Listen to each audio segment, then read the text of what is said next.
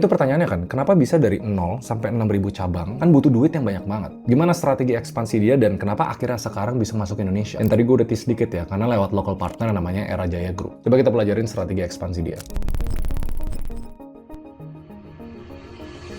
Dari 2017, mereka punya 6.400 gerai, mulai dari China, Malaysia, Thailand, sampai ke US. Dan ini di bulan Mei 2025. Mereka buka cabang pertamanya mereka di Los Angeles. Tepatnya di Westfield Century City Mall, dan itu langkah besar karena pasar barat untuk pemain China itu biasanya susah buat ditembus. Dan menurut gue mereka mainnya pinter. Di setiap ekspansi, mereka tuh ngegandeng namanya local partner. Nggak gerusa-gerusu lah, dan nggak norak pas mereka ekspansi. Jadi gara-gara yang kalian lihat di negara-negara itu tuh nggak 100% punya sendiri. Mereka pakai model hybrid, antara ada yang punya mereka sendiri dan ada yang franchise waralaba. Nah kalau di Indonesia, mereka terkenal dan info yang gue dapat kerjasama dengan Era Jaya Group. Ini perusahaan retail yang gede dan mereka ngerti pasar lokal. Kenapa kerja sama partner lokal? Karena untuk sebuah perusahaan ekspansi ke negara lain, mereka bukan cuma butuh orang untuk eksekusi, tapi yang ngerti pasar. Dari segi customer behavior-nya, dari segi pricing, dari segi hukum, legal. Jujur kalau Indonesia, belum lagi kalau ada premanisme atau ormas-ormas yang nggak mau perusahaan ini ekspansi. Dan urutannya mereka juga dari tetangga-tetangga, dari Malaysia dulu, oke mereka dapat, terus mereka ke Singapura, terus mereka ke Thailand, baru Vietnam sama Indonesia. Simple, karena main di premium, mereka cari pasar-pasar urban yang punya kelas menengah yang lagi tumbuh pesat. Dan kalian bisa lihat mall-mall pilihan di mana mereka expand di Indonesia. Tapi ini sama kayak bisnis-bisnis F&B lain ya, pas ekspansi ya. Teknologi itu harus punya peran yang kuat banget.